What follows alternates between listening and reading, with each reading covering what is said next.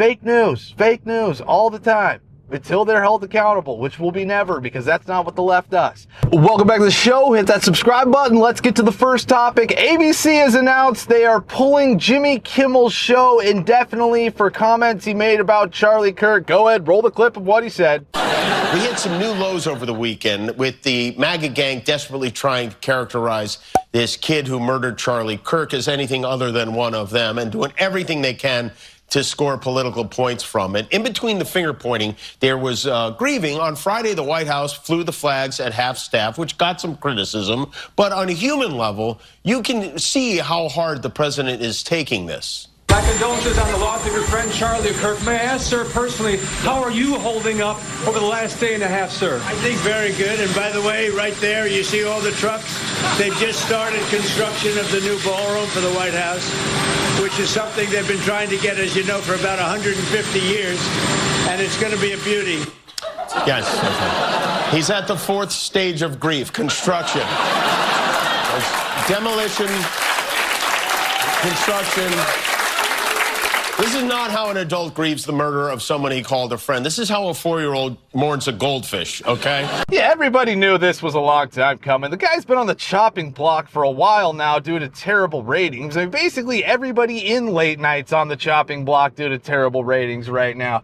But of course, the left wing is coming out saying that, oh, this is Donald Trump's fault. He got him canceled for political reasons. What about free speech? You guys always talk about free speech. Why can't he go out there and say what he wants? Yeah, of course, the guy's got free speech. He can go out there, say whatever he wants. He can disparage Charlie Kirk if he wants. He can spew lies about the shooter's political affiliations.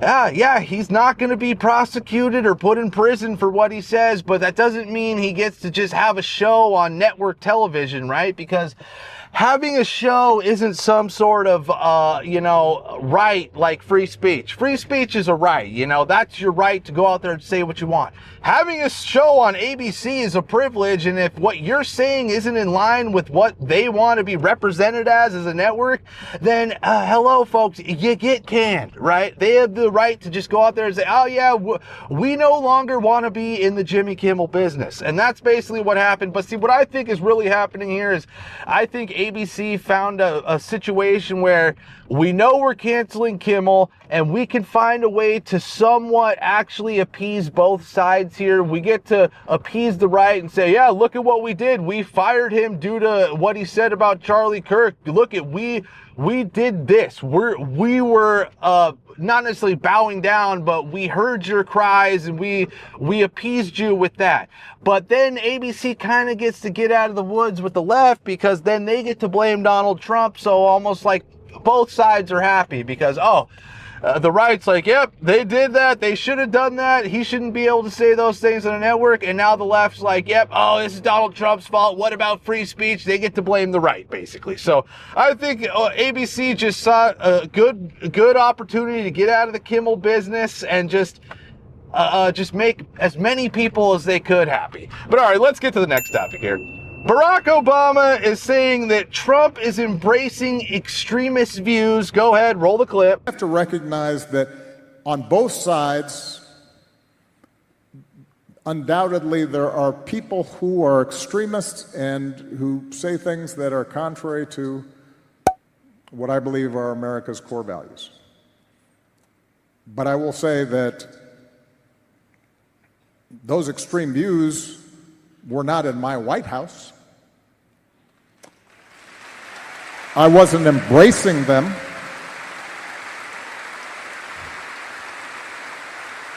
I wasn't empowering them. I wasn't putting the weight of the United States government behind extremist views. And that is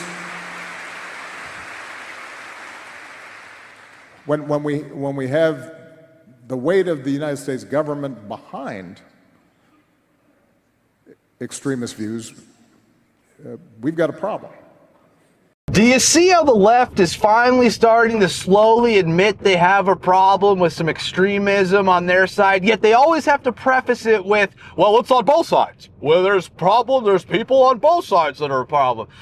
Can you point to one instance recently, probably within the past 5 years, where right-winger did any sort of, extremist act on a left-winger, or right-wingers did any sort of insane riots. Everybody say, oh, J6. That wasn't anywhere near the BLM riots, so don't try to claim the J6 card. But yeah, it's just like, they're finally starting to admit, yeah, we might have a little bit of problem, but it's on both sides. They have to preface it with it's on both sides. They can't just be like, yeah, we need to really cool the temperature here on the Democratic Party and the left. We need to make sure we're not doing anything insane and extremist like we're basically doing all the time lately. But yeah, and just basically, Obama's also claiming that Trump is extremist views. So pretty much America First views are now extremist views to Barack Obama and the left, right? Which is like, those weren't in my White House. Yeah, of course, we know you weren't America First, bro. America was so, not racist and not divided, and then Barack Obama gets in there, and now all of a sudden this racism is through the roof, and America is as divided as ever. It's insane that, that's just what happened, but people don't want to admit that Barack Obama basically divided America more than anybody. But all right, let's get to the next topic here. Jasmine Crockett is now claiming that only white supremacists feel safe in America. Go ahead, roll the clip. Director. And frankly, when people sit around and say things like, oh, we're happy because now we feel safe, I don't know who feels safe in this country except for the white supremacists. Because I specifically, as a black woman, definitely don't feel. Yeah, see, this woman knows the only way she could be relevant and have any sort of virality or just people seeing her clip at all is if she makes up something completely fake like this, right? She's not going to go out there and say anything real that's going to get any sort of attention or any sort of views from people, because there's nothing she can say that's real that will do that, right? So it's just, she has to go out there and just make up, oh, only white supremacists feel safe in America, and as a black woman, I don't feel safe in America. It's like, do you know any white supremacists? Have you ever even met a white supremacist? She pretends like they're just walking around everywhere in society, just ruling everything, and they're just walking around. Everybody's afraid and terrified of all the white supremacists walking around. It's just so fake and just such bullshit that she would say this and just everybody could see right through it, and it's like, you gotta hold these people accountable, because until the left holds these people accountable and just stops listening to them or, putting them on a pedestal, this is just what they're gonna keep doing. Fake news all the time. Until they're held accountable, which will be never, because that's not what the left does. But all right, let's get to the next topic here. Ted Cruz had to set CNN's Kaitlan Collins straight when she tried to claim that the shooter didn't have any trans messaging on his bullet casings. Go ahead, roll the clip.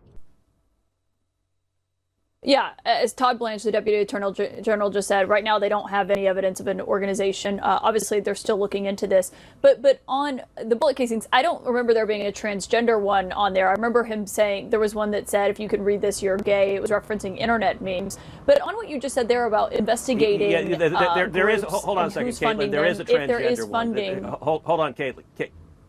Kaitlan, there is a transgender. Go ahead. There's a reference to. Do you see my bulge, which is, I'm told, is an online meme for transgenderism? And Director Patel testified that the murderer here was living with his romantic partner, who was a transgender man transitioning to being a woman. And yeah, see, this is why nobody trusts the left-wing mainstream media, or really much mainstream media at all, because when we have platforms like X out there and you can just go on and find out what the real narrative is in about 2 seconds and know that exactly what's going on, you still have mainstream media trying to fake people like, oh, we don't know if there was any sort of messages on the case. Yeah, we do. That's the thing. We do, and you're still trying to dance around the subject and walk on eggshells because you don't want to offend any sort of group, or you want to be seen as some sort of ally, when basically everybody knows what's really going on. The only people who don't know what's really going on and know the real narrative are the people who only watch your network or just left-wing mainstream media, fake news in general, right? So just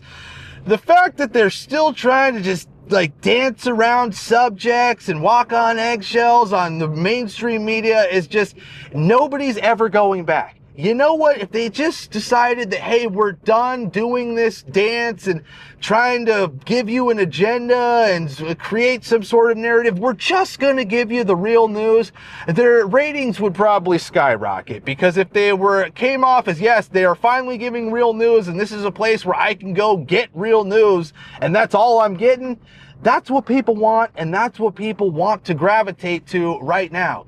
A place where they just know, yes, I'm getting actual real news and it feels good. But you're not going to get that from the left because they can never just give you reality. But all right, that's it for today. Be sure to like, subscribe, and we'll be seeing you.